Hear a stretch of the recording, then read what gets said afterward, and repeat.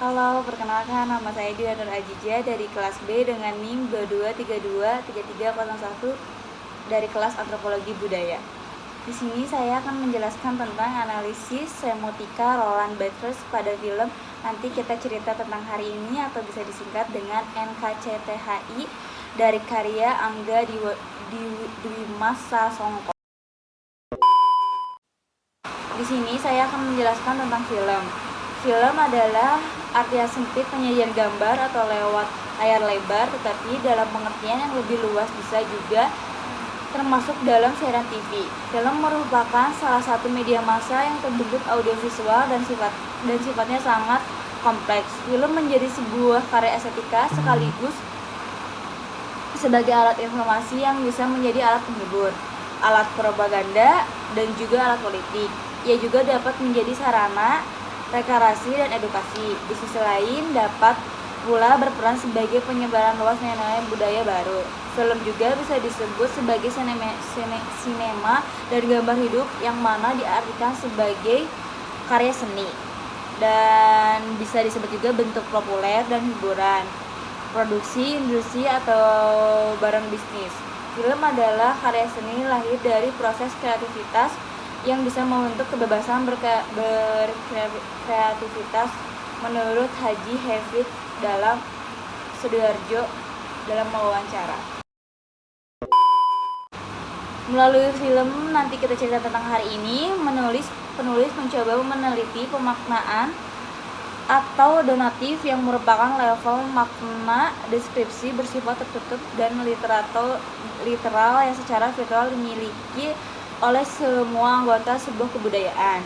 Makna denotasi merupakan makna yang sebenar-benarnya yang disepakati bersama secara sosial, yang rujukannya pada realitas sosial. Sebagai contoh terdapat pada film ini yaitu Nanti. Kata ini memiliki makna denotasi yang merupakan makna dari tanda yang menunjukkan tanda waktu, teks, dan sebagainya. Barthes juga melihat aspek lain dan pendandaannya yaitu mitos yang menandai suatu masyarakat. Mitos menurut Barthes terletak pada tingkat kedua penandaan. Jadi setelah berbentuk sistem signature, tanda tersebut akan menjadi penanda baru yang kemudian memiliki pertanda kedua dan membentuk tanda baru. Jadi ketika suatu tanda memiliki makna konotasi kemudian berkembang menjadi makna denotasi, maka makna denotasi tersebut akan menjadi mitos. Lalu di sini ada makna denotasi. Diawali sekian terlihat awan dan angkasa. Memasuki rumah terlihat ayah dan ibu dan Aurora kakak kedua awan sedang bersiap-siap untuk pergi ke restoran untuk merayakan ulang tahun pernikahan orang tua mereka. Di gambar berikutnya awan terlihat memeluk ibunya dan ayahnya sambil memberikan ucapan happy anniversary dan meminta maaf kalau awan tidak bisa ikut karena akan mengerjakan tugas dari bosnya yang sekaligus adalah idolnya dari SMP. Di gambar berikutnya keluarga awan pun pergi menuju restoran tanpa awan.